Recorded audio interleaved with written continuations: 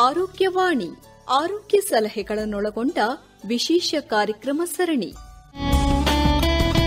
ಕಾರ್ಯಕ್ರಮದ ಪ್ರಾಯೋಜಕರು Sahyadri Narayana multi speciality ಆಸ್ಪತ್ರೆ, ಶಿವಮೊಗ್ಗ. ಮಲೆನಾಡು ಮತ್ತು ಸುತ್ತಮುತ್ತಲಿನ ಜನತೆಗೆ ವಿಶ್ವ ದರ್ಜೆಯ ಆರೋಗ್ಯ ಸೇವೆಯನ್ನು ಒದಗಿಸುತ್ತಿರುವ ಶಿವಮೊಗ್ಗದ ಸಹ್ಯಾದ್ರಿ ನಾರಾಯಣ ಮಲ್ಟಿ ಸ್ಪೆಷಾಲಿಟಿ ಆಸ್ಪತ್ರೆ ಅತ್ಯಾಧುನಿಕ ಯಂತ್ರೋಪಕರಣಗಳು, ನುರಿತ ತಜ್ಞ ವೈದ್ಯರುಗಳು ಹಾಗೂ ಅನುಭವಿ ಶುಶ್ರೂಷಕಿಯರ ತಂಡದೊಂದಿಗೆ ದಿನದ 24 ಗಂಟೆಯೂ ತುರ್ತು ಸೇವೆಯನ್ನು ಒದಗಿಸುತ್ತಿದೆ. ಆಸ್ಪತ್ರೆಯಲ್ಲಿ 32ಕ್ಕೂ ಅಧಿಕ ವೈದ್ಯಕೀಯ ಸೇವೆಗಳು ಒಂದೇ ಸೂರಿನ ಅಡಿಯಲ್ಲಿ ಲಭ್ಯವಿರುವುದು, ಎಲ್ಲಾ ರೀತಿಯ ಆರೋಗ್ಯ ಸಮಸ್ಯೆಗಳಿಗೂ ಪರಿಹಾರ ಒದಗಿಸುವಲ್ಲಿ ಕಾರ್ಯನಿರತವಾಗಿದೆ. ಹೆಚ್ಚಿನ ವಿವರಗಳಿಗಾಗಿ ಸಂಪರ್ಕಿಸಿ 9538897698. ಸಹ್ಯಾದ್ರಿ ನಾರಾಯಣ ಮಲ್ಟಿ ಸ್ಪೆಷಾಲಿಟಿ ಆಸ್ಪತ್ರೆಯ ಪ್ರಾಯೋಜಿತ ಕಾರ್ಯಕ್ರಮ ಆರೋಗ್ಯವಾಣಿ. ಈ ಕಾರ್ಯಕ್ರಮದಲ್ಲಿ ಇಂದು ಸಾರ್ಕೋಮಾ ಈ ಕುರಿತು ಮಾಹಿತಿಯನ್ನು ಮಾಡಿಕೊಡೋದಕ್ಕೆ ನಮ್ಮ ಜೊತೆ ಇದ್ದಾರೆ ಸಹ್ಯಾದ್ರಿ ನಾರಾಯಣ ಮಲ್ಟಿ ಸ್ಪೆಷಾಲಿಟಿ ಆಸ್ಪತ್ರೆಯ ಕ್ಯಾನ್ಸರ್ ತಜ್ಞರಾದಂತಹ ಡಾಕ್ಟರ್ ಅಪರ್ಣಾ ಶ್ರೀವತ್ಸ ಅವರು. ಮೇಡಮ್, ತಮಗೆ ಕಾರ್ಯಕ್ರಮಕ್ಕೆ ಸ್ವಾಗತ. ನಮಸ್ಕಾರ. ನಮಸ್ಕಾರ ಸರ್. ಮೇಡಮ್, ಕ್ಯಾನ್ಸರ್ ಕೇಳ್ತಾ ಇದ್ವಿ, ಅದರಲ್ಲಿ ಸಾರ್ಕೋಮಾ ಅಂತ ಹೇಳ್ತೀರಾ. ಈ ಸಾರ್ಕೋಮಾ ಅಂದ್ರೆ ಏನು ಅಂತ ಪ್ರಾರಂಭದಲ್ಲಿ ತಿಳಿಸ್ತೀರಾ ಮೇಡಮ್? ಖಂಡಿತ. ನಮ್ಗೆ ಕ್ಯಾನ್ಸರ್ ಅಂತ ಕೇಳಿದ ತಕ್ಷಣನೇ ಸ್ವಲ್ಪ ಎಲ್ಲರಿಗೂ ಪೇಷಂಟ್ಸ್ಗೆ ಮತ್ತೆ ಫ್ಯಾಮಿಲಿಗೆ ಭಯ ಆಗತ್ತೆ. ಆಮೇಲೆ ಈ ತರ ಸಾರ್ಕೋಮಾ ಅಂತ ಕೇಳಿದ್ರೆ ಯಾರು ಆ ಹೆಸರೇ ಕೇಳಿರಲ್ಲ. ಆ ಹೆಸರು ಕೇಳಿದ್ರೆ ಸ್ವಲ್ಪ ಪೇಷಂಟ್ಸ್ಗೆ ಭಯ ಆಗತ್ತೆ, ಗಾಬರಿ ಆಗತ್ತೆ. ಸೊ ಈ ಸಾರ್ಕೋಮಾ ನಾವು ಈ ಜುಲೈ ತಿಂಗಳನ್ನ ನಾವು ಸಾರ್ಕೋಮಾ ಜಾಗೃತಿ ಮಾಸ ಅಂತ ಹೇಳ್ತೀವಿ. ಸಾರ್ಕೋಮಾ ಬಗ್ಗೆ ಎಲ್ಲರಿಗೂ ವಿಷಯಗಳನ್ನ ತಿಳಿಸಬೇಕು ಅಂತ ಈ ಮಾಸ ಆಚರಣೆ ಮಾಡ್ತಾ ಇದೀವಿ. ಕ್ಯಾನ್ಸರ್ಗಳಲ್ಲಿ ಎಲ್ಲಾ ಕ್ಯಾನ್ಸರ್ಗಳು ಒಂದೇ ರೀತಿ ಇರಲ್ಲ. ಪ್ರತಿಯೊಂದು ಕ್ಯಾನ್ಸರು ಬೇರೆ ಬೇರೆ ತರ ಇರುತ್ತೆ.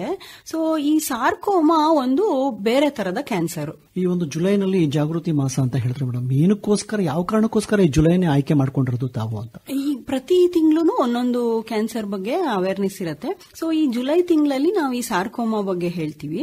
ಸೊ ಈ ಸಾರ್ಕೋಮಾ ಏನಂದ್ರೆ ಸ್ವಲ್ಪ ವಿಚಿತ್ರವಾದಂತ, ಅಂದ್ರೆ ಇದು ಅಷ್ಟು ನಾವು ಕಾಮನ್ ಆಗಿ ನೋಡಲ್ಲ. ಒಂದು ಅಪರೂಪದ ಕ್ಯಾನ್ಸರು, ಮತ್ತೆ ಇದ್ರ ಬಗ್ಗೆ ತುಂಬಾ ಮಾಹಿತಿನೂ ಇಲ್ಲ, ಜನರಿಗೆ ಅಷ್ಟೊಂದು ಅರಿವು ಇರೋದಿಲ್ಲಲ್ಲ. ಅದಕ್ಕೆ ಅರಿವು ಮೂಡಿಸಕ್ಕೆ ಅನ್ಬಿಟ್ಟು ಈ ಮಾಸಾಚರಣೆನ ಮಾಡ್ತಾ ಇದೀವಿ. ಪ್ರತಿ ತಿಂಗಳು ಒಂದೊಂದು ಮಾಸಾಚರಣೆ ಮಾಡ್ತೀವಿ ಅಂತ ಹೇಳಿದ್ರಿ, ಅದರಲ್ಲಿ ಇದು ಕೂಡ ಅಂತ ಹೇಳಿದ್ರೆ, ಹಾಗಾದ್ರೆ ಈ ಕ್ಯಾನ್ಸರ್ನಲ್ಲಿ ಯಾವ್ಯಾವ ವಿಧಗಳಿದಾವೆ, ಅದರಲ್ಲಿ ಸಾರ್ಕೋಮಾ ಅಂದ್ರೆ ಏನು, ಅದ್ರ ಬಗ್ಗೆ ತಾವು ಏನ್ ಹೇಳ್ತೀರಾ ಮೇಡಮ್? ಸೊ ಈ ಕ್ಯಾನ್ಸರ್ಗಳಲ್ಲಿ ನಾವು 5 ಮೇನ್ ಟೈಪ್ಸ್ ಹೇಳ್ತೀವಿ, 5 ವಿಧಗಳು ಹೇಳ್ತೀವಿ. ಅದರಲ್ಲಿ ಆ ಕ್ಯಾನ್ಸರು ಯಾವ ಆರ್ಗನ್ ಇಂದ, ಅಂದ್ರೆ ಯಾವ ದೇಹದ ಯಾವ ಭಾಗದಿಂದ ಅದು ಹುಟ್ಟಿದೆ ಅನ್ನೋದ್ರ ಮೇಲೆ ಈ ಬೇರೆ ಬೇರೆ ತರ ಕ್ಯಾನ್ಸರ್ನ ಹೇಳ್ತೀವಿ. ಈಗ ನಾವು ಯಾರನ್ನಾದ್ರೂ ಮೀಟ್ ಮಾಡ್ತೀವಿ, ಸೊ ಅವ್ರು ನಾವು ಯೂಶಲಿ ನಿಮ್ದು ಯಾವ್ದು ನೇಟಿವ್ ಪ್ಲೇಸ್ ಅಂತ ಕೇಳ್ತೀವಲ್ವಾ. ನಾವು ನೇಟಿವ್ ಪ್ಲೇಸ್ ಯಾವ್ದು ಅಂತ ಗೊತ್ತಾದ್ರೆ ನಮ್ಗೆ ಏನ್ ಗೊತ್ತಾಗತ್ತೆ? ಅಲ್ಲಿ ಏನು ಒಂದು ವಾತಾವರಣದ ಬಗ್ಗೆ ಆಗಿರ್ಬೋದು, ಆ ಜಾಗದ ಬಗ್ಗೆ ಸ್ವಲ್ಪ ತಿಳ್ಕೊಳ್ಳಿಕ್ಕೆ ಗೊತ್ತಾಗುತ್ತೆ ಮೇಡಮ್. ಕರೆಕ್ಟ್. ಮತ್ತೆ ಒಂದೊಂದು ಭಾಗದಿಂದ ಬಂದಿರೋಂತವ್ರದ್ದು ಬೇರೆ ಬೇರೆ ತರ ಅವ್ರದ್ದು ಆಹಾರ ಶೈಲಿ ಇರ್ಬೋದು. ಈಗ ನಾವು ಯೂಶಲಿ ಮಂಡ್ಯ ಅಂದ್ರೆ ಮುದ್ದೆ ಅಂತ ಅನ್ಕೋತೀವಿ. ಮತ್ತೆ ಈಗ ನಾರ್ತ್ ಕನ್ನಡ ಆದ್ರೆ ಜೋಳದ ರೊಟ್ಟಿ ತಿಂತಾರವ್ರು. ಮತ್ತೆ ಈಗ ನಮ್ ಸೈಡ್, ಈಗ ಸಾಗರ ಸೈಡು ಜನನೇ ಸ್ವಲ್ಪ ಸಾಫ್ಟ್ ಜನ ಇರ್ತಾರೆ, ಕೆಲವು ಕಡೆ ರಫ್ ಜನ ಇರ್ತಾರೆ, ಹಾಗಲ್ವಾ. ಸೊ ಹಾಗೇನೆ ಈ ಕ್ಯಾನ್ಸರು ದೇಹದ ಯಾವ ಭಾಗದಿಂದ ಹುಟ್ಟು ಅಂದ್ಬಿಟ್ಟು ನಾವು ಕ್ಯಾನ್ಸರ್ ಟೈಪ್ಸ್ ಹೇಳ್ತೀವಿ. ನಾವು ಕಾಮನ್ ಆಗಿ ಕ್ಯಾನ್ಸರ್ ಅಂತ ಹೇಳ್ತೀವಲ್ಲ, ಅದಕ್ಕೆ ಕಾರ್ಸಿನೋಮಾ ಅಂತ ಹೇಳ್ತೀವಿ. ಅಂದ್ರೆ ನಮ್ ದೇಹದ ಹೊರಭಾಗ, ಹೊರ ಲೇಯರ್ ಇರುತ್ತಲ್ಲ, ಹೊರಪದರ ಮತ್ತೆ ಒಳಪದರ, ಅಂದ್ರೆ ನಮ್ಮ ಸ್ಕಿನ್ ಇರ್ಬೋದು, ಚರ್ಮದ ಕ್ಯಾನ್ಸರ್ಗಳು, ಮತ್ತೆ ನಮ್ಮ ಜೀರ್ಣಾಂಗಗಳು, ಈಗ ಬಾಯಿ, ಗಂಟ್ಲು, ಜಠರ, ಅದರ ಒಳಪದರಗಳಿಂದ ಹುಟ್ಟುವಂತ ಕ್ಯಾನ್ಸರ್ಗಳಿಗೆ ನಾವು ಕಾರ್ಸಿನೋಮಾ ಅಂತ ಕರಿತೀವಿ. ನಾವು ಯೂಶಲಿ ಜಸ್ಟ್ ಕ್ಯಾನ್ಸರ್ ಅಂತ ಕರಿತೀವಲ್ಲ, ಕಾರ್ಸಿನೋಮಾ ಅದೇ ಮೋಸ್ಟ್ ಕಾಮನ್. ನಾವೆಲ್ಲ ಈ ಸ್ತನದ ಕ್ಯಾನ್ಸರ್ ಇರ್ಬೋದು, ಶ್ವಾಸಕೋಶದ ಕ್ಯಾನ್ಸರು, ಜೀರ್ಣಾಂಗಗಳ ಕ್ಯಾನ್ಸರ್, ಅವೆಲ್ಲ ಕಾರ್ಸಿನೋಮಾ ಅಂತ ಹೇಳ್ತೀವಿ. ನೆಕ್ಸ್ಟ್ ಈಗ ನಮ್ಮ ಮೂಳೆ ಇದೆ, ಮೂಳೆ ಮತ್ತೆ ಸ್ಕಿನ್, ಅದ್ರ ಮಧ್ಯ ಸ್ಟಫಿಂಗು. ಈಗ ನಾವು ಒಂದು ಟೆಡಿ ಬೇರ್ ತಗೊಂಡ್ರೆ ಅದ್ರೊಳಗೆಲ್ಲ ಒಂದಷ್ಟು ಈ ಇದನ್ನ ಒಳಗೆ ಸ್ಪಂಜು ಎಲ್ಲ ಹಾಕಿರ್ತೀವಲ್ಲ. ಸೊ ಹಾಗೆ ಈ ಮೂಳೆ ಮತ್ತೆ ಸ್ಕಿನ್ ಮಧ್ಯ ಈ ಮಾಂಸ ಇರತ್ತೆ, ಫ್ಯಾಟ್ ಇರತ್ತೆ.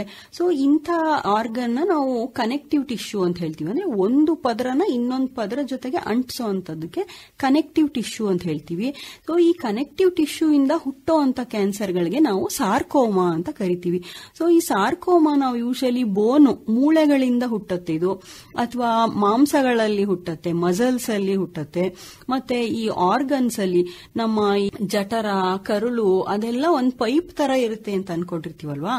ಆಕ್ಚುಲಿ ಆ ಪೈಪುನು ಪಂಪ್ ಆಗ್ತಾ ಇರುತ್ತೆ. ಸೊ ಅದರಲ್ಲೂ ಸಹ ಸ್ನಾಯುಗಳಿರುತ್ತೆ, ಈ ಸ್ಮೂತ್ ಮಸಲ್ಸ್ ಅಂತೀವಲ್ಲ. ಸೊ ಈ ಮಸಲ್ಸ್ ಅಲ್ಲಿ ಹುಟ್ಟುವಂತ ಈ ಕ್ಯಾನ್ಸರ್ಗಳಿಗೆ ನಾವು ಸಾರ್ಕೋಮಾ ಅಂತ ಕರಿತೀವಿ. ಮತ್ತೆ ಇನ್ನ ಒಂದೆರಡು ಟೈಪ್ಸ್ ಇದೆ, ನೀವು ಕೇಳೇ ಇರ್ತೀರಾ. ಈ ರಕ್ತದಲ್ಲಿ ಹುಟ್ಟುವಂತ ಕ್ಯಾನ್ಸರ್ಗಳಿಗೆ ಲುಕೀಮಿಯಾ ಅಂತ ನಾವು ಕೇಳೇ ಇರ್ತೀವಲ್ವಾ. ಬಹಳ ಅದು ಫಾಸ್ಟ್ ಆಗಿ ಬೆಳೆಯುವಂತದ್ದು, ನೀವು ಕೇಳಿರ್ತೀರಾ. ಅದು ಪತ್ತೆ ಆಗಿ 1 ವಾರ 15 ದಿವಸದಲ್ಲೇನೆ ಅದು ಜೀವದ ಜೊತೆನೆ ಆಟ ಆಡುವಂತ ಕ್ಯಾನ್ಸರ್ಗಳು ಲುಕೀಮಿಯಾ ಅಂತ ಕರಿತೀವಿ. ಮತ್ತೆ ಇನ್ನೊಂದು ಲಿಂಫೋಮಾ ಅಂತ ಕರಿತೀವಿ, ಅಂದ್ರೆ ಲಿಂಫ್ ಗ್ರಂಥಿಗಳಲ್ಲಿ ಹುಟ್ಟೋ ಕ್ಯಾನ್ಸರ್ ಲಿಂಫೋಮಾ. ಸೊ ಇದು ಎಲ್ಲಿಂದ ಹುಟ್ಟಿತು ಅನ್ನೋದು ನೋಡ್ಕೊಂಡು ಆ ಕ್ಯಾನ್ಸರು, ಕೆಲವು ಕ್ಯಾನ್ಸರ್ಗಳು ಸಾಫ್ಟ್ ಆಗಿರುತ್ತೆ, ಮೆತ್ತಿಗೆ, ಅಂದ್ರೆ ಜಾಸ್ತಿ ಅದು ನಮ್ಗೆ ಜೀವಕ್ಕೆ ತೊಂದರೆ ಕೊಡಲ್ಲ. ಇನ್ ಕೆಲವು ತುಂಬಾ ಫಾಸ್ಟ್ ಗ್ರೋಯಿಂಗ್ ಇರುತ್ತೆ. ಈ ಸಾರ್ಕೋಮಾಗಳು ಯೂಶಲಿ ಫಾಸ್ಟ್ ಆಗಿ ಬೆಳೆದು ಹರಡೋ ಅಂತ ಶಕ್ತಿ ಇರುತ್ತೆ, ಅದಕ್ಕೆ ನಾವು ಸಾರ್ಕೋಮಾ ಅಂತ ಕರಿತೀವಿ. ಮೇಡಮ್, ಈ ಸಾರ್ಕೋಮಾ ಬಗ್ಗೆ ಹೇಳ್ತಾ ಇದ್ರಿ, ಅಂದ್ರೆ ಕೆಲವು ಮೂಳೆಗಳಿಂದ, ಮಾಂಸಖಂಡಗಳಿಂದ, ಜಠರ, ಕರಳು ಈ ರೀತಿ ಎಲ್ಲ ಹೇಳಿದ್ರಿ. ಇದ್ರ ಲಕ್ಷಣಗಳ ಕುರಿತು ಹೇಳೋದಾದ್ರೆ ಏನೇನು ಲಕ್ಷಣಗಳು ಇದರಲ್ಲಿ ಕಂಡು ಬರುತ್ತೆ ಅಂತ ಹೇಳ್ತೀರಿ ಮೇಡಮ್? ಸೊ ಈ ಸಾರ್ಕೋಮಾಗಳು ಹೇಗಂದ್ರೆ ಅದು ಬೆಳೆಯುವಾಗ ಅರ್ಲಿ ಸ್ಟೇಜಸ್, ಅಂದ್ರೆ ಆರಂಭಿಕ ಹಂತಗಳಲ್ಲಿ ಕೆಲವೊಮ್ಮೆ ಅದು ಸೈಲೆಂಟ್ ಆಗಿರುತ್ತೆ. ಅದೇನ್ ಮಾಡುತ್ತೆ, ಜಾಸ್ತಿ ಗಲಾಟೆ ಮಾಡಲ್ಲ, ಮೆಲ್ಲಿಗೆ ಬೆಳ್ಕೊಂಡು ಹೋಗ್ತಾ ಇರುತ್ತೆ. ಸೊ ಒಂದು ಗಂಟಿನ ರೂಪದಲ್ಲಿ ಕಾಣುತ್ತೆ. ಕ್ಯಾನ್ಸರ್ ಏನಂದ್ರೆ ಅದೊಂದು ಮಿತಿ ಮೀರಿದ ಬೆಳವಣಿಗೆ, ಅದು ಒಂದು ಇತಿಮಿತಿ ಇಲ್ದಲೆ ಬೆಳ್ಕೋತಾ ಹೋಗತ್ತೆ. ಅದು ಒಂದು ಗಂಟಿನ ರೂಪದಲ್ಲಿ ಕಾಣಿಸುತ್ತೆ. ಸೊ ಗಂಟು ನಮ್ಮ ದೇಹದ ಯಾವ ಭಾಗದಲ್ಲಿ ನೋಡಿ, ಅದು ಮೂಳೆಯಿಂದ ಹುಟ್ಟತ್ತೆ, ಮತ್ತೆ ಮಾಂಸಖಂಡಗಳಿಂದೆಲ್ಲ ಹುಟ್ಟತ್ತೆ. ಸೊ ಮೂಳೆ ಮಾಂಸ ನಮ್ಮ ಬಾಡಿಲಿ ಟಾಪ್ ಟು ಬಾಟಮ್ ಎಲ್ಲ ಕಡೆ ಮೂಳೆ ಮಾಂಸ ಇದ್ದೇ ಇರುತ್ತೆ. ಸೊ ಅದು ದೇಹದ ಯಾವುದೇ ಭಾಗದಲ್ಲಿ ಗಂಟಿನ ರೂಪದಲ್ಲಿ ಕಾಣಿಸ್ಕೋಬಹುದು. ಕೆಲವೊಮ್ಮೆ ಈ ಕತ್ತಲ್ಲಿ ಗಂಟಿರುತ್ತೆ, ನೋವೇ ಇರಲ್ಲ. ಸೊ ಅದನ್ನ ದಿನಾ ಕನ್ನಡಿಲಿ ನೋಡ್ಕೋತಾ ಇರ್ತಾರೆ ಪೇಷಂಟ್ಸ್. ಆದ್ರೆ ಇದೇನೋ ಒಂದಾಗಿದೆ, ಆದ್ರೆ ಅದಕ್ಕೆ ನೋವು ಬಂದಿಲ್ವಲ್ಲ ನಮ್ಗೆ ಅನ್ಬಿಟ್ಟು ಅದನ್ನ ನಿರ್ಲಕ್ಷ್ಯ ಮಾಡ್ತಾರೆ. ಸೊ ಈಗ ನಮ್ಮ ದೇಶದಲ್ಲಿ ಹೇಗೆ ಕ್ಯಾನ್ಸರ್ ಹೆಚ್ಚಾಗ್ತಾ ಇದೆ ಅಂದ್ರೆ, ನಾವು ಈ ಕ್ಯಾನ್ಸರ್ ಲಕ್ಷಣಗಳು, 2 ಇಂಪಾರ್ಟೆಂಟ್ ಲಕ್ಷಣಗಳು ಎಲ್ಲರಿಗೂ ಗೊತ್ತೇ ಇರಬೇಕು.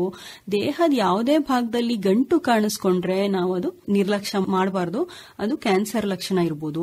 ಇನ್ನೊಂದೇನಂದ್ರೆ ಬ್ಲೀಡಿಂಗ್ ಆಗೋದು, ರಕ್ತಸ್ರಾವ ಆಗೋದು. ಈಗ ನಾನು ಹೇಳಿದೆ ಕರುಳಲ್ಲೆಲ್ಲ ಮಸಲ್ಸ್ ಇರುತ್ತೆ.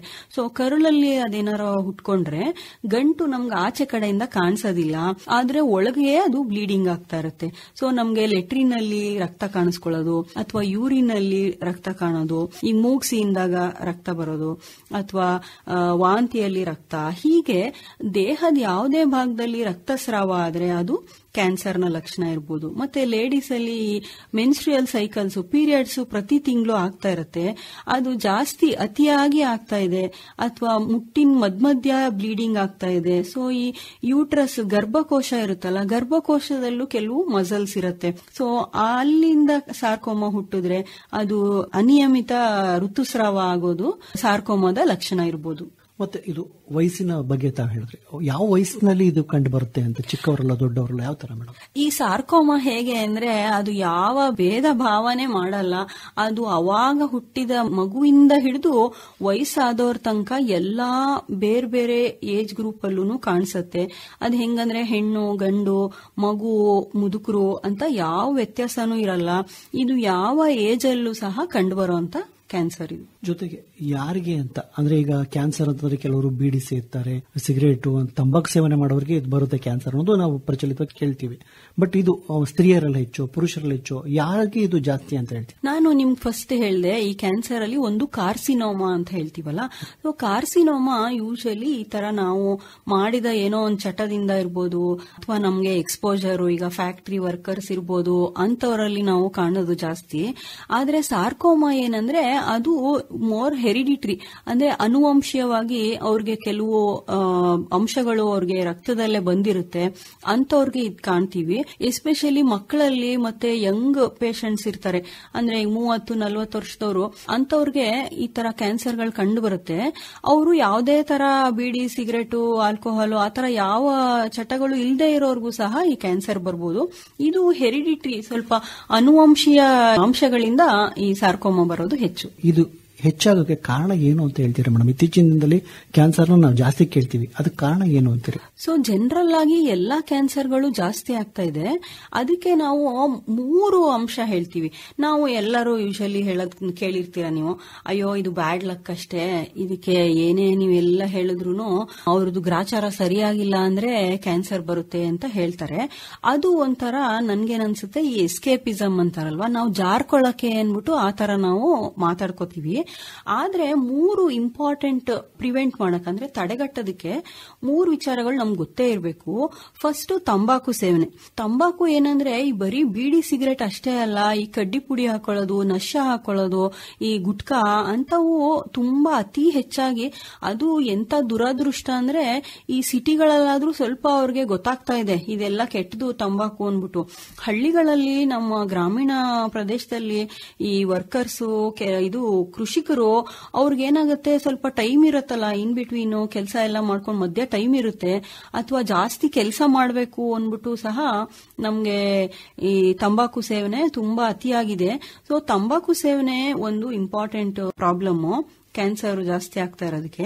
ಇನ್ನೊಂದು ಅತಿ ಆಗ್ತಾ ಇರೋಂತ ಬೊಜ್ಜು. ನಮ್ಗೆ ಅದ್ರ ಬಗ್ಗೆ ನಾವು ಯೂಶಲಿ ಚೆನ್ನಾಗಿ ಕಾಣ್ಬೇಕು ಅನ್ಬಿಟ್ಟು ಕೆಲವರು ವೆಯ್ಟ್ ಲಾಸ್ ಮಾಡ್ಕೋತಾ ಇರ್ತಾರೆ. ಬರೀ ನಾವು ಚೆನ್ನಾಗಿ ಕಾಣೋದಷ್ಟೇ ಅಲ್ಲ, ನಮ್ಮ ದೇಹದ ಆರೋಗ್ಯ ಕಾಪಾಡ್ಕೊಳ್ಳೋದಕ್ಕೆ ಒಂದು ವೆಯ್ಟ್ ನ ನಾರ್ಮಲ್ ಆಗಿ ಇಟ್ಕೊಳ್ಳೋದು ತುಂಬಾ ಇಂಪಾರ್ಟೆಂಟು.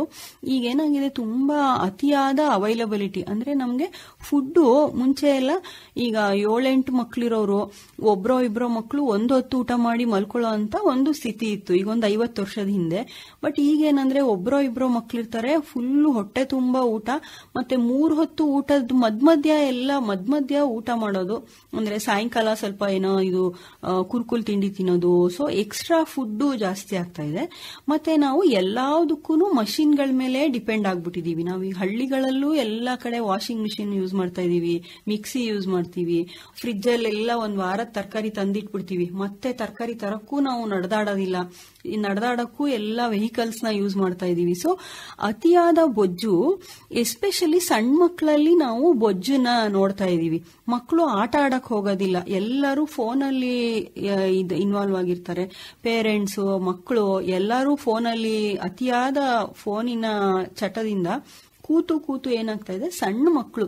ಸೊ ಏನಾಗತ್ತೆ, ಕ್ಯಾನ್ಸರ್ 1 ದಿವಸ 2 ದಿವಸದಲ್ಲಿ ಬೆಳೆಯುವಂತ ಕಾಯಿಲೆ ಅಲ್ಲ, ಅದು ಬೆಳೆಯಕ್ಕೆ ಅನೇಕ 10-15 ವರ್ಷ ತಗೊಂಡಿರುತ್ತೆ ಅದು ಬೆಳೆಯಕ್ಕೆ. ಸೊ ಈ ಮಕ್ಕಳಲ್ಲಿ ಹೆಚ್ಚಾಗ್ತಾ ಇರೋಂತ ಬೊಜ್ಜಿಂದ ಸಹ ನಮ್ಗೆ ಕ್ಯಾನ್ಸರ್ ಜಾಸ್ತಿ ಆಗ್ತಾ ಇದೆ. ಇನ್ನೊಂದು 3ನೇದು ಏನಂದ್ರೆ ಮದ್ಯಪಾನ. ಸೊ ಮದ್ಯಪಾನ ಏನಂದ್ರೆ ಅನೇಕ ನಿಮ್ಗೆ ನೀವು ಪೇಪರ್ ಅಲ್ಲಿ, ಇಂಟರ್ನೆಟ್ ಅಲ್ಲಿ ಎಲ್ಲ ನೋಡಿದ್ರೆ ಈ ಕೆಲವು ವೈನು ಎಲ್ಲ ಒಳ್ಳೇದು ಅಂತ ಸಹ ನೀವು ಕೇಳಿರ್ತೀರಾ. ಸೊ ಕೆಲವರೆಲ್ಲ ಈಗ ಫ್ರೆಂಚು ಅವ್ರಿಗೆ ಜಾಸ್ತಿ ಹಾರ್ಟ್ ಪ್ರಾಬ್ಲಮ್, ಕ್ಯಾನ್ಸರ್ ಬರಲ್ಲ, ಯಾಕಂದ್ರೆ ಅವರು ವೈನ್ ಕುಡಿತಾರೆ ಅಂತ. ಸೊ ಅದು ಇವಾಗ ಲೇಟೆಸ್ಟ್ ಏನು ಮಾಹಿತಿ ಇದೆ ಅದರಲ್ಲಿ ಮದ್ಯಪಾನದಿಂದ ಸಹ ಎಲ್ಲ ಕ್ಯಾನ್ಸರ್ಗಳು ಜಾಸ್ತಿ ಆಗುತ್ತೆ. ಮತ್ತೆ ಅದರಲ್ಲಿ ಒಂದು ಸೇಫ್ ಲಿಮಿಟ್ ಅಂತ ಹೇಳ್ತಾ ಇದ್ರು ಮುಂಚೆ, ಅಂದ್ರೆ 1 ಡ್ರಿಂಕ್ ಪರ್ ಡೇ ಆದ್ರೆ ಓಕೆ ಅಂತ ಹೇಳೋರು ಮುಂಚೆ. ಬಟ್ ಅದು ತಪ್ಪು ಅಂತ ಇವಾಗ ಪ್ರೂವ್ ಆಗಿದೆ. ಎಷ್ಟೇ ತಗೊಳ್ಳಿ ನೀವು ಆಲ್ಕೋಹಾಲು, ಅದು ಯಾವುದೇ ನೀವು ವೈನ್ ಆದ್ರೂ ಆಯ್ತು, ಯಾವುದೇ ಮದ್ಯಪಾನ ಆದ್ರೂ ಅದು ಕ್ಯಾನ್ಸರ್ ರಿಸ್ಕ್ ನ ಜಾಸ್ತಿ ಮಾಡುತ್ತೆ, ಬೊಜ್ಜನ್ನು ಸಹ ಜಾಸ್ತಿ ಮಾಡುತ್ತೆ. ಸೊ ಈ 3 ಅಂಶಗಳು ಜಾಸ್ತಿ ಆಗ್ತಾ ಇರೋದ್ರಿಂದ ನಾವು ಕ್ಯಾನ್ಸರ್ನ ಅತಿಯಾಗಿ ನೋಡ್ತಾ ಇದೀವಿ. ಅಂದ್ರೆ ಈ 3 ಹಂತನ ಸ್ವಲ್ಪ ಜಾಗೃತಿಯಾಗಿ ನೋಡ್ಕೊಂಡ್ರೆ ನಮ್ಗೆ ಕ್ಯಾನ್ಸರ್ನ ತಡೆಗಟ್ಟಬಹುದು ಅಂತ ಹೇಳಿದ್ರಿ. ಜೊತೆಗೆ ಮೇಡಮ್, ಕ್ಯಾನ್ಸರ್ ಅಂತ ಹೇಳಿದ್ರೆ ಪ್ರಥಮ ಹಂತದಲ್ಲಿ ಚಿಕಿತ್ಸೆ ಕೊಡ್ತೀರಿ, 2ನೇ ಹಂತಕ್ಕೆ ಬಂದರೂ ಚಿಕಿತ್ಸೆ ಕೊಡ್ತೀರಿ, ಕೊನೆ ಹಂತ ಅಂತ ಹೇಳ್ತಾರೆ, ಇದು ಏನು ಸಾಧ್ಯನೇ ಇಲ್ಲ, ಆ ಸಮಯದಲ್ಲಿ ಕೊಡ್ತಕ್ಕಂಥ ಚಿಕಿತ್ಸೆ ಬಗ್ಗೆ ತಾವೇನು ಹೇಳ್ತೀರಿ ಮೇಡಮ್? ಖಂಡಿತ ನೀವು ಹೇಳಿದ್ದು ನಾನು ಒಪ್ಕೋತೀನಿ. ಈ ಆರಂಭಿಕ ಹಂತಗಳಲ್ಲಿ ಕ್ಯಾನ್ಸರ್ ಚಿಕಿತ್ಸೆ ಸುಲಭ. ಅವಾಗ ಜಸ್ಟ್ ಆ ಗಡ್ಡೆ ಇರೋದನ್ನ ನಾವು ಆಪರೇಷನ್ ಮಾಡಿ ತೆಗಿತೀವಿ, ಅಥವಾ ಅದಾದ್ಮೇಲೆ ರೇಡಿಯೋಥೆರಪಿ ಅಥವಾ ಕೀಮೋಥೆರಪಿ ಕೊಟ್ಟು ಸಂಪೂರ್ಣ ಗುಣ ಆಗಿರೋಂಥವ್ರು, ಅಂದ್ರೆ ಕ್ಯೂರ್ ಆಗಿರೋಂಥ ಪೇಷಂಟ್ಸ್ ನಾವು ತುಂಬಾ ನೋಡ್ತಾ ಇದೀವಿ. ಅವರು ಆಪರೇಷನ್ ಎಲ್ಲ ಮಾಡಿಸ್ಕೊಂಡು 5 ವರ್ಷ 10 ವರ್ಷ ಸಹ ಆರಾಮಾಗಿ ಅವರು ನಾರ್ಮಲ್ ಒಂದು ಜೀವನ ನಡೆಸ್ಕೊಂಡಿರ್ತಾರೆ. ಆದ್ರೆ 3ನೇ ಹಂತ 4ನೇ ಹಂತ ಬಂದಾಗ ಸ್ವಲ್ಪ ಕಷ್ಟ ಇರುತ್ತೆ, ಅದನ್ನ ಸಂಪೂರ್ಣ ಗುಣ ಮಾಡಕ್ಕಾಗಲ್ಲ. ಆದ್ರೆ ಈಗ ಮುಂಚಿನ ದಿನಗಳಂದ್ರೆ ಈಗ ಒಂದು 30 ವರ್ಷದ ಹಿಂದೆಗೂ ಇವಾಗೂ ಅನೇಕ ವ್ಯತ್ಯಾಸಗಳಾಗಿವೆ.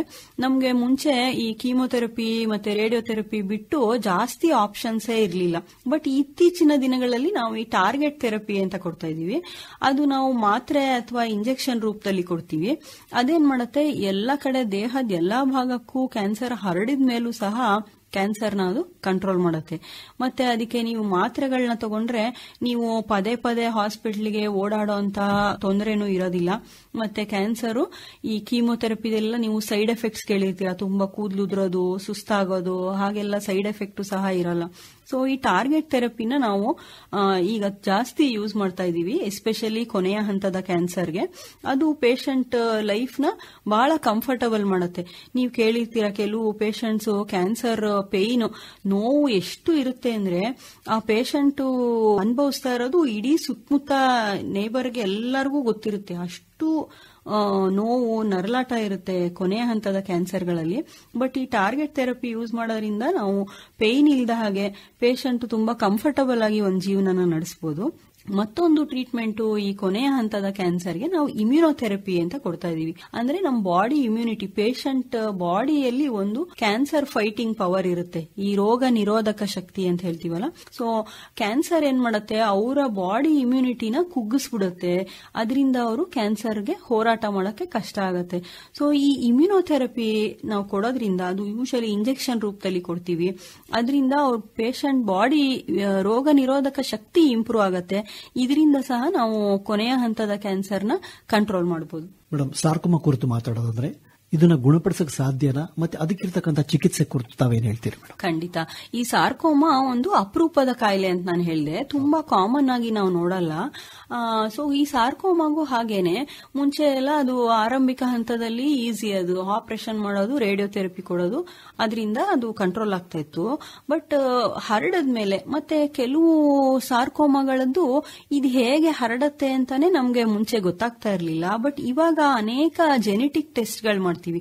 ಕ್ಯಾನ್ಸರು ಯಾವ ಸ್ಟ್ರಾಟಜಿ ಯೂಸ್ ಮಾಡಿಕೊಂಡು ಹರಡ್ತಾ ಇದೆ ಅಂತ ನಾವು ತಿಳ್ಕೊತೀವಿ. ಈ ಟೆಸ್ಟ್ಗಳನ್ನ ಮಾಡೋದ್ರಿಂದ ನಮ್ಗೆ ಅದು ಹೇಗೆ ಬದುಕ್ತಾ ಇದೆ, ಕ್ಯಾನ್ಸರು ಹೇಗೆ ಬೆಳೀತಾ ಇದೆ, ಹೇಗೆ ಹರಡ್ತಾ ಇದೆ ಅನ್ನೋದನ್ನ ನಾವು ಅರ್ಥ ಮಾಡ್ಕೋತೀವಿ. ಅದ್ರ ಪ್ರಕಾರ ನಾವು ಈಗ ಅದ್ರದ್ದು ಏನ್ ಆಹಾರ ಅಂತ ನಾವು ತಿಳ್ಕೊಳ್ಳೋದು. ಸೊ ಅದ್ರ ಆಹಾರನ ಕಟ್ ಮಾಡೋದು, ಅಂದ್ರೆ ಕೆಲವು ಮಾತ್ರೆಗಳ ಮೂಲಕ ಈ ಟಾರ್ಗೆಟ್ ಥೆರಪಿ ಅಂತ ಹೇಳಿದ್ನಲ್ಲ. ಸೊ ಆ ಟಾರ್ಗೆಟೆಡ್ ಥೆರಪಿ ಏನ್ ಮಾಡುತ್ತೆ, ಅದು ಕ್ಯಾನ್ಸರ್ ಕಣಗಳಿಗೆ ಆಹಾರ ಸಿಗದೆ ಇರೋ ಹಾಗೆ ಬ್ಲಾಕ್ ಮಾಡ್ಬಿಡುತ್ತೆ. ಸೊ ಇದರಿಂದ ಕ್ಯಾನ್ಸರ್ ಕಂಟ್ರೋಲು ಬಹಳ ಚೆನ್ನಾಗಾಗತ್ತೆ. ಮತ್ತೆ ಕೆಲವು ಈವನ್ ಸ್ಟೇಜ್ 4 ಕ್ಯಾನ್ಸರ್ನ ಸಹ ನಾವು ಈ ಸಾರ್ಕೋಮಾನ ಈಗ ನಾವು ನಿಯಂತ್ರಣ ಮಾಡ್ತಾ ಇದೀವಿ. ಆರಂಭಿಕ ಹಂತದಲ್ಲಿ ಅಂದ್ರೆ ಅವಾಗಲೇ ಹೇಳಿದ್ರೆ ಪರೀಕ್ಷೆಗಳನ್ನ ಮಾಡಬಹುದು ಅಂತ, ಯಾವ ರೀತಿ ಯಾವ್ಯಾವ ಪರೀಕ್ಷೆಗಳನ್ನ ಇದರಲ್ಲಿ ಮಾಡ್ತೀರಾ ಅಂತ ತಾವು ಹೇಳ್ತೀರಾ ಮೇಡಮ್? ಈಗ ನಾವೇನಂದ್ರೆ ಈ ಕ್ಯಾನ್ಸರ್ಗಿಂತ ಒಂದ್ ಸ್ಟೆಪ್ ನಾವು ಮುಂದೆ ಇರಬೇಕು ಅಂತ ಹೇಳ್ತೀವಿ. ಕ್ಯಾನ್ಸರ್ ದೇಹಕ್ಕೆಲ್ಲ ಹರಡದ ಮೇಲೆ ನಾವು ಟ್ರೀಟ್ಮೆಂಟ್ ಶುರು ಮಾಡೋಕ್ಕಿಂತ ನಾವೇ ಮುಂಜಾಗರೂಕತೆಯಿಂದ ಯಾವ್ದಾದ್ರು ಟೆಸ್ಟ್ ಗಳನ್ನ ಮಾಡ್ಕೋಬಹುದಾ ಅಂತ ನಮ್ಗೆ ಯೂಶಲಿ, ಎಸ್ಪೆಷಲಿ ಈಗ ತಂದೆ ತಾಯಿಗೆ ಕ್ಯಾನ್ಸರ್ ಬಂದ್ಬಿಟ್ರೆ ಮಕ್ಕಳು ಕೇಳ್ತಾರೆ, ನಾವೇನಾದ್ರೂ ಮಾಡಿಸ್ಕೋಬಹುದಾ ಟೆಸ್ಟ್ ಅಂತ. ಸೊ ನಿಮ್ಗೆ ಫ್ಯಾಮಿಲಿಲಿ ನಿಮ್ಮ ಬ್ರದರ್ ಸಿಸ್ಟರ್ ಇರ್ಬೋದು, ಅಕ್ಕಂಗಿರಲ್ಲಿ ಯಾರಿಗಾರ ಕ್ಯಾನ್ಸರ್ ಬಂದ್ರೆ ಅಥವಾ ತಂದೆ ತಾಯಿಲಿ ನಾವು ಕ್ಯಾನ್ಸರ್ ನೋಡಿದ್ರೆ ಈ ಜೆನೆಟಿಕ್ ಟೆಸ್ಟ್ ಅಂತ ನಾವು ಮಾಡೇ ಮಾಡ್ತೀವಿ. ಅದರಿಂದ ಏನಾಗುತ್ತೆ, ಇದು ಅನುವಂಶೀಯವಾಗಿ ನಮ್ಮ ರಕ್ತದಲ್ಲೇ ನಮ್ಗೆ ಕ್ಯಾನ್ಸರ್ ಬರೋಂತ ರಿಸ್ಕ್ ಇದೆಯಾ ಅಂತ ನೋಡ್ತೀವಿ. ಇದು ಒಂದು ಸಿಂಪಲ್ ರಕ್ತದ ಪರೀಕ್ಷೆ ಅಷ್ಟೇ. ಇದರಿಂದ ನಮ್ಗೆ ಜೆನೆಟಿಕ್ ರಿಸ್ಕ್ ಇದೆಯಾ ಅಂತ ಗೊತ್ತಾಗತ್ತೆ. ಸೊ ಆ ತರ ನಿಮ್ಗೆ ರಿಸ್ಕ್ ಇದೆ ಅಂತಂದ್ರೆ ಅವ್ರಿಗೆ ವರ್ಷ ಕೆಲವು ಟೆಸ್ಟ್ಗಳನ್ನ ಮಾಡಿ ಅವರು ಮುಂಜಾಗರೂಕತೆಯಿಂದ ಇರೋ ತರ ಹೇಳ್ತೀವಿ. ಮತ್ತೆ ಇನ್ನೊಂದು, ನಮ್ಗೆ ಯಾವ ಫ್ಯಾಮಿಲಿಲೇನೂ ಕ್ಯಾನ್ಸರ್ ರಿಸ್ಕ್ ಇಲ್ಲ, ಆದ್ರೆ ಏಜ್ ಆಗ್ತಾ ಕ್ಯಾನ್ಸರ್ ರಿಸ್ಕ್ ಜಾಸ್ತಿ ಆಗತ್ತೆ. ಸೊ ನಾವು ಯೂಶಲಿ 30ರಿಂದ 40 ವರ್ಷ ಕ್ರಾಸ್ ಆದ್ಮೇಲೆ ಅಟ್ಲೀಸ್ಟ್ 2 ವರ್ಷಕ್ಕೊಮ್ಮೆ ಕ್ಯಾನ್ಸರ್ ಬರ್ದಲೇ ಇರೋ, ಅಂದ್ರೆ ಅರ್ಲಿ ಸ್ಟೇಜಸ್ ಅಲ್ಲಿ, ಆರಂಭಿಕ ಹಂತದಲ್ಲಿ ಕ್ಯಾನ್ಸರ್ ಏನಾರ ಬೆಳೀತಾ ಇದೆಯಾ ಅಂತ ನೋಡಕ್ಕೆ ನಾವು 4 ಟೆಸ್ಟ್ಗಳನ್ನ ಹೇಳ್ತೀವಿ. ಒಂದು, ಬೀಡಿ ಸಿಗರೇಟ್ ಏನಾರ ತುಂಬಾ ಸೇದಿರೋರು, ಅಟ್ಲೀಸ್ಟ್ 10 ವರ್ಷ ನೀವು ತಂಬಾಕು ಏನಾರ ಸೇವನೆ ಮಾಡಿದ್ರೆ ಬಾಯಿನ ಪರೀಕ್ಷೆ ಸಿಂಪಲ್. ಅದು ಒಬ್ರು ನೀವು ಡೆಂಟಲ್ ಡಾಕ್ಟರ್ ಆಗಿರ್ಬೋದು, ಎನಿ ಜನರಲ್ ಫಿಸಿಷಿಯನ್ ಆಗಿರ್ಬೋದು, ಬಾಯಿ ಗಂಟ್ಲಿನ ಕ್ಯಾನ್ಸರ್ಗಳಿಗೆ ಬಾಯಿಂದೊಂದು ಪರೀಕ್ಷೆ ಮಾಡ್ತೀವಿ. ಮತ್ತೆ ಸ್ಮೋಕಿಂಗ್ ಅಂದ್ರೆ ಸಿಗರೇಟ್ ಏನಾರ ನೀವು 10 ವರ್ಷಕ್ಕಿಂತ ಜಾಸ್ತಿ ಸೇವನೆ ಮಾಡಿದ್ರೆ ಒಂದು ಲೋ ಡೋಸ್ ಸಿಟಿ ಸ್ಕ್ಯಾನ್ ಅಂತ, ಚೆಸ್ಟ್ ಸಿಟಿ ಸ್ಕ್ಯಾನ್ ಮಾಡ್ತೀವಿ. ಅದರಿಂದ ಲಂಗ್ ಕ್ಯಾನ್ಸರ್ನ ನಾವು ಆರಂಭಿಕ ಹಂತದಲ್ಲಿ ಪತ್ತೆ ಮಾಡಬಹುದು. ಮತ್ತೆ ನಮ್ಮ ಲೇಡೀಸ್ಗೆ 2 ಟೆಸ್ಟ್ ಇದೆ. ಒಂದು 30 ವರ್ಷ ಆದ್ಮೇಲೆ ಈ ಗರ್ಭಕೋಶದ ಕೊರಳಿನ ಕ್ಯಾನ್ಸರ್ ಅಂದ್ರೆ ಸರ್ವೈಕಲ್ ಕ್ಯಾನ್ಸರ್ ನ ನಾವು 30 ವರ್ಷದ ಆಗಿರೋಂತ ಪ್ರತಿ ಮಹಿಳೆನೂ ಒಂದು ಪ್ಯಾಪ್ ಸ್ಮಿಯರ್ ಅಂತ ಮಾಡ್ತೀವಿ. ಪರೀಕ್ಷೆಯಿಂದ ನಮ್ಗೆ ಗರ್ಭಕೋಶದ ಕ್ಯಾನ್ಸರ್ ಪತ್ತೆ ಆಗತ್ತೆ. ಮತ್ತೆ ಈ ಸ್ತನದ ಕ್ಯಾನ್ಸರ್ ಇತ್ತೀಚೆಗೆ ತುಂಬಾ ಜಾಸ್ತಿ ಆಗ್ತಾ ಇದೆ. ಸ್ತನದ ಕ್ಯಾನ್ಸರ್ ಅದಕ್ಕೆ 40 ವರ್ಷ ಆಗಿರೋಂತ ಪ್ರತಿ ಮಹಿಳೆನೂ 2 ವರ್ಷಕ್ಕೊಮ್ಮೆ ಈ ಟೆಸ್ಟ್ ಮಾಡೋದ್ರಿಂದ ಮ್ಯಾಮೋಗ್ರಫಿ ಅಂತ ಮಾಡ್ತೀವಿ. ಮತ್ತೆ ನಮ್ಮ ಸಹ್ಯಾದ್ರಿ ನಾರಾಯಣ ಆಸ್ಪತ್ರೆಯಿಂದ ಪ್ರತಿ ತಿಂಗಳು ಇದು ಫ್ರೀ ಆಗಿ ಮಾಡ್ತೀವಿ. ಯೂಶಲಿ ನೀವು ಅದು ಮಾಡಿಸ್ಕೊಂಡ್ರೆ 2 ರಿಂದ 2.5 ಸಾವಿರ ರೂಪಾಯಿ ಅದು ಟೆಸ್ಟ್ಗೆ ಆಗತ್ತೆ. ಬಟ್ ಅದನ್ನ ಫ್ರೀ ಆಗಿ ನಮ್ಮ ನಾರಾಯಣ ವತಿಯಿಂದ ಈ ಟೆಸ್ಟ್ ನ ಸಹ ನಾವು ಮಾಡಿಸ್ತೀವಿ. ಸೊ ಈ ತರ ಮ್ಯಾಮೋಗ್ರಫಿಯನ್ನ ಮಾಡೋದ್ರಿಂದ ಸ್ತನದ ಕ್ಯಾನ್ಸರ್ನ ನಾವು ಅರ್ಲಿ ಸ್ಟೇಜಸ್ ಅಲ್ಲಿ ಪತ್ತೆ ಮಾಡಬಹುದು. ಇತ್ತೀಚಿನ ದಿನಗಳಲ್ಲಿ ಏನಾಗುತ್ತೆ ಅಂದ್ರೆ ಅವ್ರು ಏನೂ ಕೆಟ್ಟ ಚಟಗಳನ್ನು ಮಾಡಲ್ಲ, ಏನೂ ಇರಲ್ಲ, ಅವರು ತಂಬಾಕು ಸೇವನೆಯನ್ನು ಮಾಡಲ್ಲ, ಮದ್ಯಪಾನ ಸೇವನೆ ಮಾಡಲ್ಲ, ಆರೋಗ್ಯನೂ ಚೆನ್ನಾಗಿರುತ್ತೆ. ಅಂತವರಲ್ಲಿ ಈ ತರದ ಒಂದು ಲಕ್ಷಣಗಳು ಕಾಯಿಲೆಗಳು ಕಂಡು ಬರುತ್ತೆ. ನಾವೇನು ಮಾಡಲ್ಲ, ಇದು ಬಂತು ಅಂತ ನಾವು ಕೇಳ್ಪಡ್ತಕ್ಕಂಥದ್ದು. ಅಂತ ಸಮಯದಲ್ಲಿ ಯಾವ ರೀತಿ ಅಂತ ಹೇಳ್ತೀರಿ ಮೇಡಮ್ ಆ ಕುರಿತಾಗಿ? ಖಂಡಿತ ಸರ್, ಈ ತರ ಪೇಷಂಟ್ಸ್ ಬಂದ್ರೆ ನಮ್ಗೂನು ಕಷ್ಟ, ಡಾಕ್ಟರ್ಸ್ಗೂನು ಕಷ್ಟ. ಏನಂದ್ರೆ ಕ್ಯಾನ್ಸರ್ ಬಂದಿದ ತಕ್ಷಣ ಕೇಳ್ತಾರೆ ಯಾಕೆ ಬಂತು, ನಮಗೆ ಯಾಕೆ ಕ್ಯಾನ್ಸರ್ ಬಂತು ಅಂತ ಪೇಷಂಟ್ಸ್ ಕೇಳ್ತಾರೆ. ಸೊ ನಾನು 3 ಹೇಳ್ದೆ ನಿಮ್ಗೆ, ತಂಬಾಕು, ಮದ್ಯಪಾನ ಮತ್ತೆ ಬೊಜ್ಜು. ಕೆಲವರೆಲ್ಲ ಫಿಟ್ ಆಗಿರ್ತಾರೆ, ತುಂಬಾ ಡಿಸಿಪ್ಲಿನ್. ಅವ್ರು ಹೇಳ್ತಾರೆ ಮೇಡಮ್ ಇವ್ರೊಂದು ಕಾಫಿ ಟೀನು ಕುಡಿಯಲ್ಲ ಹೋಟ್ಲಲ್ಲಿ, ಅಷ್ಟು ಡಿಸಿಪ್ಲಿನ್ ಪರ್ಸನ್ ಇವರು ಅಂತ. ಸೊ ನಾವು 3 ಇನ್ನ ವಿಷಯಗಳು ಹೇಳ್ತೀನಿ. ಈ ತರ ಚಟಗಳು ಅಥವಾ ಮತ್ತೇನು ಇಲ್ಲದೆ ಇರೋಂಥವ್ರಿಗೆ ಯಾಕೆ ಕ್ಯಾನ್ಸರ್ ಬರ್ತಾ ಇದೆ ಅಂತ. ಒಂದು ಏಜು, ವಯಸ್ಸಾಗ್ತಾ ಆಗ್ತಾ ಕ್ಯಾನ್ಸರ್ ರಿಸ್ಕ್ ಜಾಸ್ತಿ ಆಗತ್ತೆ. ನಮ್ಮ ಬಾಡಿ ಏನಂದ್ರೆ ಅದು ಒಂದು ಮಷೀನ್ ಅಷ್ಟೇ. ಈಗ ನಾವು ಹೇಗೆ ನಮ್ದು ಬೈಕು ಒಂದ್ 5 ವರ್ಷ ಆದ್ಮೇಲೆ ಏನೋ ಒಂದೊಂದು ಪ್ರಾಬ್ಲಮ್ ಕೊಡಕ್ ಶುರು, ಫೋನು 1-2 ವರ್ಷ ಆದ್ಮೇಲೆ ಏನೋ ಒಂದು ಪ್ರಾಬ್ಲಮ್ ಶುರು ಆಗತ್ತಲ್ಲ, ಹಾಗೆ ನಾವು ಹುಟ್ಟದಾಗಿಂದ ಅದು ನಮ್ಗೆ 50 ವರ್ಷ 60 ವರ್ಷ ಆಗೋ ತನಕ ಬಾಡಿ ಕೆಲಸ ಮಾಡ್ತಾ ಇರುತ್ತೆ. ಏಜ್ ಆಗ್ತಾ ಆಗ್ತಾ ಸ್ವಲ್ಪ ವೇರ್ ಅಂಡ್ ಟೇರ್ ಅದು ಪ್ರಾಬ್ಲಮ್ಗಳಿಂದ ಕ್ಯಾನ್ಸರ್ ಜಾಸ್ತಿ ಆಗತ್ತೆ. ಸೊ ವಯಸ್ಸಾಗ್ತಾ ಆಗ್ತಾ ಕ್ಯಾನ್ಸರ್ ಜಾಸ್ತಿ ಆಗತ್ತೆ. ಇನ್ನೊಂದೇನಂದ್ರೆ ಕೆಮಿಕಲ್ಸ್. ನಾವು ಈ ಕೃಷಿಕರಲ್ಲಿ ಎಸ್ಪೆಷಲಿ ಪಾಪ ಈ ರೂರಲ್ ಏರಿಯಾಗಳಲ್ಲಿ ಈ ಕ್ರಿಮಿನಾಶಕಗಳನ್ನೆಲ್ಲ ಹೊಡಿತಾರೆ. ಕೆಮಿಕಲ್ ಫರ್ಟಿಲೈಸರ್ಸ್ ಎಲ್ಲ ಈಗೆಲ್ಲ ಈ NPK ಫರ್ಟಿಲೈಸರ್ ಇಲ್ಲದೆ ಯಾವುದು ಬೆಳೆ ಬೆಳೆಯೋದೇ ಕಷ್ಟ ಆಗ್ಬಿಟ್ಟಿದೆ. ಸೊ ಅದನ್ನೆಲ್ಲ ಸಿಂಪಡಿಸ್ತಾರಲ್ವಾ, ಒಂದು ಅವರು ಸ್ವಲ್ಪ ಅಟ್ಲೀಸ್ಟ್ ಗ್ಲೌಸ್ ಒಂದು ಮಾಸ್ಕ್ ಆದ್ರೂ ಹಾಕೊಂಡು ಹೊಡಿಬೇಕು. ಅದು ನೀವು ಮಾಸ್ಕ್ ಹಾಕೊಂಡವರು ಅದು ಔಷಧಿ ಎಲ್ಲ ಹೊಡೆದಾದ್ರೂ ಆಮೇಲೆ ಮಾಸ್ಕ್ ತೆಗೆದು ಅಲ್ಲೇ ಊಟ ಮಾಡ್ತಾರೆ. ಪಾಪ ಅವ್ರು ಏನ್ ಮಾಡ್ತಾರೆ, ಅಲ್ಲೇ ಸೈಡ್ ಅಲ್ಲೇ ಒಂದ್ ಕಡೆ ಊಟ ಮಾಡ್ತಾರೆ. ಆ ಔಷಧಿಗಳು ಗಾಳಿಲೂ ಇರುತ್ತೆ, ಅದನ್ನ ಅವರು ಸೇವನೆ ಮಾಡಬಹುದು. ಅಥವಾ ಈಗ ಮಳೆ ಬರುತ್ತಲ್ಲ, ಈ ಗೊಬ್ಬರಗಳು ಔಷಧಿಗಳು ಹಾಕಿರೋದು ಮಳೆಯಿಂದ ಏನಾಗತ್ತೆ, ನಮ್ ಕುಡಿಯೋ ನೀರಿಗೆ ಎಲ್ಲ ಮಿಕ್ಸ್ ಆಗತ್ತೆ. ಸೊ ಅದು ನಮ್ ಸಿಸ್ಟಮ್ ಅಲ್ಲೇ ಅನೇಕ ಕೆಮಿಕಲ್ಸ್. ಮತ್ತೆ ನಾವು ಈ ಹಸು ಹಾಲು ಕೊಡ್ಲಿ ಅನ್ಬಿಟ್ಟು ಅದಕ್ಕೆ ಹಾರ್ಮೋನ್ಸ್ ಎಲ್ಲ ಕೊಡೋದಿರ್ಬೋದು, ಅಥವಾ ಈ ಕೋಳಿಗಳು ಚೆನ್ನಾಗಿ ಮಾಂಸದ ಇದು ಜಾಸ್ತಿ ಬರ್ಲಿ ಅಂತ ಅದಕ್ಕೆ ಕೊಡೋಂತ ಹಾರ್ಮೋನ್ಸ್ ಇರ್ಬೋದು. ಸೊ ಅನೇಕ ಕೆಮಿಕಲ್ ಯೂಸ್ ಜನರಲ್ ಆಗಿ ಎಲ್ಲಾ ಇದ್ರಲ್ಲೂ ಇಂಡಸ್ಟ್ರಿಯಲ್ಲೂ ಕೆಮಿಕಲ್ ಯೂಸ್ ಜಾಸ್ತಿ ಆಗ್ತಾ ಇದೆ. ಸೊ ಅದೇನಾಗತ್ತೆ, ಯೂಸ್ ಮಾಡ್ತಾ ಮಾಡ್ತಾ ಪ್ಲಾಸ್ಟಿಕ್ ಹೇಗಂದ್ರೆ, ಈಗ ಮೊನ್ನೆ ಒಬ್ರು ನನ್ಗೆ ಹೇಳ್ತಾ ಇದ್ರು, ಗ್ಲಾಸ್ ಬಾಟ್ಲ್ ಅಲ್ಲಿ ನೀವು ನೀರ್ ಇಟ್ಕೊಂಡ್ರು ಸಹ ಅದರಲ್ಲಿ ಪ್ಲಾಸ್ಟಿಕ್ ಇದೆ ಅಂತ. ನಾವು ಪ್ಲಾಸ್ಟಿಕ್ ಬಾಟ್ಲು ಯೂಶಲಿ ಕೆಲವರು ಯೂಸ್ ಮಾಡಲ್ಲ. ಈಗ ನೋಡಿರ್ತೀರಾ ನೀವು, ಸ್ಟೇನ್ಲೆಸ್ ಸ್ಟೀಲ್ ಬಾಟ್ಲ್ ಅಲ್ಲಿ ನೀರ್ ತರ್ತಾರೆ, ಅದ್ರೊಳಗೂ ಪ್ಲಾಸ್ಟಿಕ್ ಇದೆ ಅಂತ. ಸೊ ಈ ನಾವು ಯೂಸ್ ಮಾಡಿದ ಪ್ಲಾಸ್ಟಿಕ್ ಎಲ್ಲ ಕೊನೆಗೆ ನೀರಿಗೆ ಹೋಗೋದು.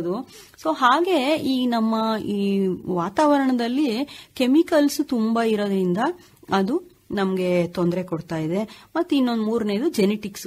ಅವ್ರಿಗೆ ಕೆಲವರು ಫ್ಯಾಮಿಲಿಲಿ ಅವ್ರು ಯಾರನ್ನು ಕೇಳೇ ಇರಲ್ಲ, ಅಂದ್ರೆ ತಂದೆ ತಾಯಿ ಆಗ್ಲಿ ಅವ್ರ ಪರಿವಾರದಲ್ಲಿ ಯಾರಿಗೂ ಕ್ಯಾನ್ಸರ್ ಇದ್ದೇ ಇರಲ್ಲ, ಆದ್ರೆ ಇವರಿಗೆ ಜೆನೆಟಿಕ್ ಕ್ಯಾನ್ಸರ್ ಅಂತ. ಏನಂದ್ರೆ ಈಗ 50 ವರ್ಷದ ಹಿಂದೆ ಅವ್ರಿಗೆ ಇದ್ದಿದ್ ಲೈಫ್ ಸ್ಟೈಲಿಗೂ ಅವರೆಲ್ಲ ಅವಾಗ ತುಂಬಾ ಓಡಾಡೋರು, ಅವ್ರಿಗೆ ವಿಧಿ ಇಲ್ಲದೆ ಅವರು ನಡ್ಕೊಂಡೇ ಓಡಾಡೋರು. ಆಗ ಅವರು ಫಿಟ್ನೆಸ್ ಇತ್ತು, ಅವರು ಅದನ್ನ ಅರಗಿಸ್ಕೋತಾ ಇದ್ರು ತಿಂದಿದ್ದನ್ನ. ಈಗೇನಾಗಿದೆ, ನಮ್ದು ಲೈಫ್ ಸ್ಟೈಲು ಚೇಂಜ್ ಆಗಿದೆ, ಆದ್ರೆ ಜೀನ್ಸ್ ಸೇಮ್ ಜೀನ್ಸೇನೆ ನಮ್ಗೆ ಅನುವಂಶವಾಗಿ ಬಂದಿರೋಂಥದ್ದು ರಿಸ್ಕ್ ಇರುತ್ತೆ. ಸೊ ಈ ಕಾರಣಗಳಿಂದ ಫಿಟ್ ಆಗಿರೋಂಥವ್ರು, ಡಿಸಿಪ್ಲಿನ್ ಆಗಿದ್ದವರು, ತಂಬಾಕು ಸೇವನೆ ಇಲ್ಲದೆ ಇರೋರು, ಅವ್ರಿಗೂ ಸಹ ಕ್ಯಾನ್ಸರ್ ನಾವು ನೋಡ್ತಾ ಇದೀವಿ. ಈ ಕ್ಯಾನ್ಸರ್ ಅನ್ನೋದು ಬೇರೆ ದೇಶಗಳಿಗೆ ಹೋಲಿಸ್ಕೊಂಡ್ರೆ ಭಾರತದ ಪರಿಸ್ಥಿತಿ, ಅದರ ಅಂಕಿಅಂಶದ ಕುರಿತು ತಾವೇನ್ ಹೇಳ್ತೀರಿ ಮೇಡಮ್?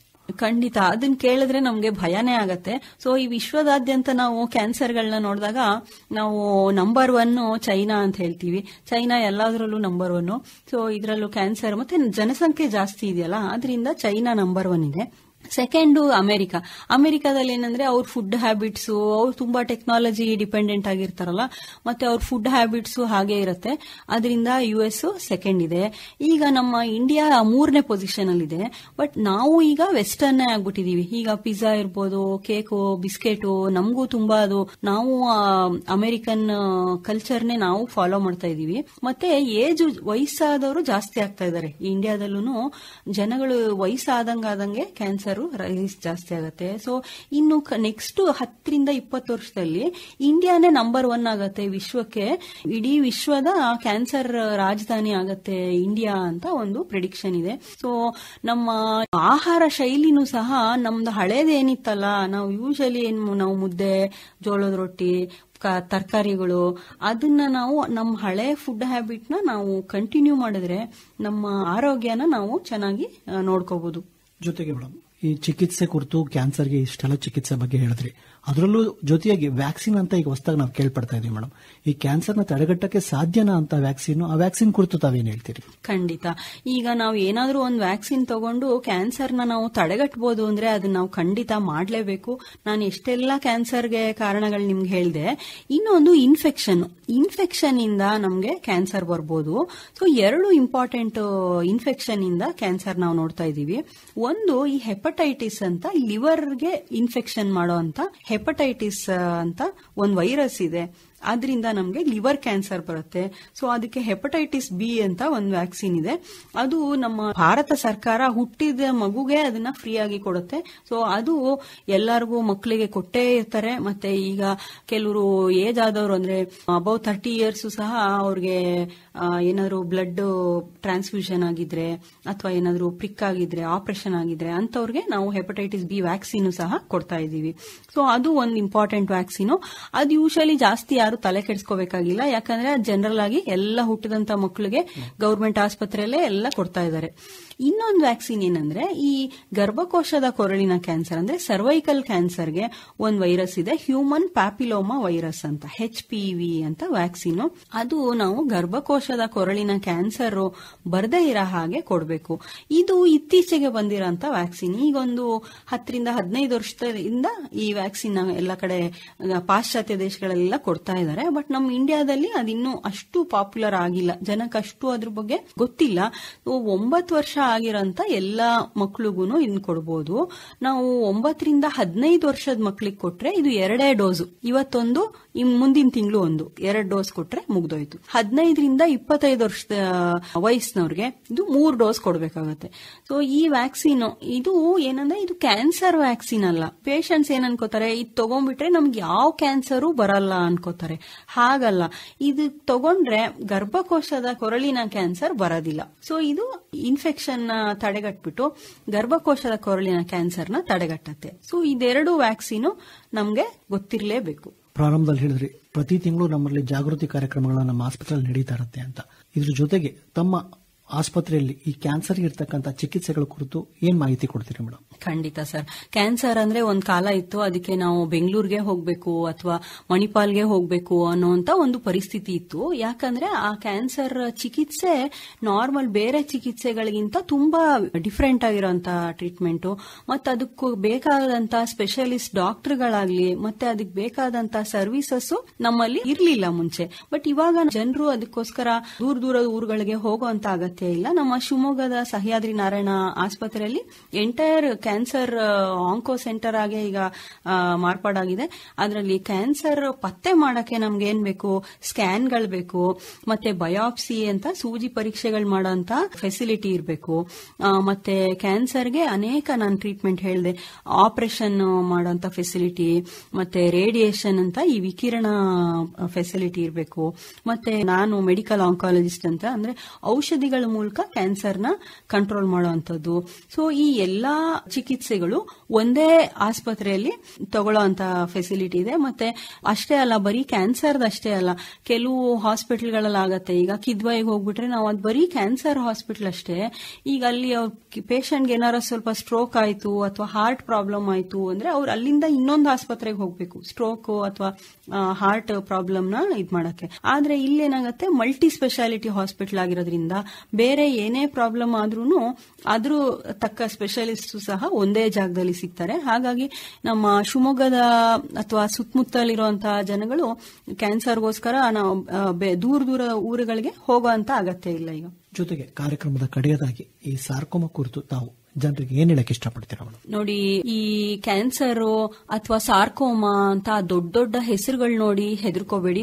ಮತ್ತೆ ಕೆಲವೊಮ್ಮೆ ನಿಮ್ಗೆ ಸ್ಟೇಜ್ 4 ಅಂತಾನೆ ಹೇಳ್ತಾರೆ. ಕೊನೆಯ ಹಂತದ ಕ್ಯಾನ್ಸರ್ ಆದ್ರೂ ಸಹ ಅದಕ್ಕೆ ಹೆದರ್ಕೋಬೇಡಿ. ನಾನು ಹೇಳ್ದೆ ನಿಮ್ಗೆ ಈ ಸಾರ್ಕೋಮಾ ಇರ್ಲಿ ಅಥವಾ ಬೇರೆ ಕ್ಯಾನ್ಸರ್ಗಳಿರ್ಲಿ, ಸ್ಟೇಜ್ 4 ಇರ್ಲಿ ಅಂತ ಕ್ಯಾನ್ಸರ್ಗಳನ್ನ ಕಂಟ್ರೋಲ್ ಮಾಡಕ್ಕೆ, ಅದನ್ನ ಸಂಪೂರ್ಣವಾಗಿ ಗುಣ ಮಾಡಕ್ಕೆ ಅನೇಕ ಔಷಧಿಗಳು ಇವಾಗ ಸಿಗ್ತಾ ಇವೆ. ಮತ್ತೆ ಇದಕ್ಕೋಸ್ಕರ ನೀವು ಬೇರೆ ಬೇರೆ ಊರುಗಳಿಗೆ ಹೋಗುವಂತ ಅಗತ್ಯನೂ ಇಲ್ಲ. ನೀವು ಶಿವಮೊಗ್ಗದಲ್ಲೇ ಈ ಕ್ಯಾನ್ಸರ್ ಚಿಕಿತ್ಸೆಗಳನ್ನ ಮಾಡಬಹುದು ಮತ್ತೆ ಗುಣಮುಖರಾಗಬಹುದು. ಸೊ ಕ್ಯಾನ್ಸರ್ ಬಗ್ಗೆ ಸ್ವಲ್ಪ ಅರಿವಿರ್ಲಿ, ಭಯ ಬೇಡ. ಒಳ್ಳೆಯದು ಮೇಡಮ್, ತಾವು ಇದುವರೆಗೂ ಸಾರ್ಕೋಮಾ ಜೊತೆಯಾಗಿ ಕ್ಯಾನ್ಸರ್ ಈ ಕುರಿತಾಗಿ ಸಾಕಷ್ಟು ಮಾಹಿತಿಯನ್ನು ಮಾಡಿಕೊಟ್ಟಿದ್ದೀರಿ.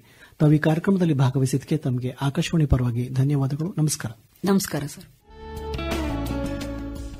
ಇದುವರೆಗೆ ಆರೋಗ್ಯವಾಣಿ ಆರೋಗ್ಯ ಸಲಹೆಗಳನ್ನೊಳಗೊಂಡ ವಿಶೇಷ ಕಾರ್ಯಕ್ರಮ ಸರಣಿ ಕೇಳಿದಿರಿ. ಪ್ರಸ್ತುತಿ ಮಹೇಶ್ ಎಚ್ಎಂ. ನಿರ್ವಹಣೆ ಆಕಾಶವಾಣಿ ಭದ್ರಾವತಿ ಹಾಗೂ ಚಿತ್ರದುರ್ಗ ಆಕಾಶವಾಣಿ ಕೇಂದ್ರದ ಕಾರ್ಯಕ್ರಮ ಮುಖ್ಯಸ್ಥರಾದ ಎಸ್ಆರ್ ಭಟ್. ಈ ಕಾರ್ಯಕ್ರಮ ಆಕಾಶವಾಣಿ ಭದ್ರಾವತಿ ಹಾಗೂ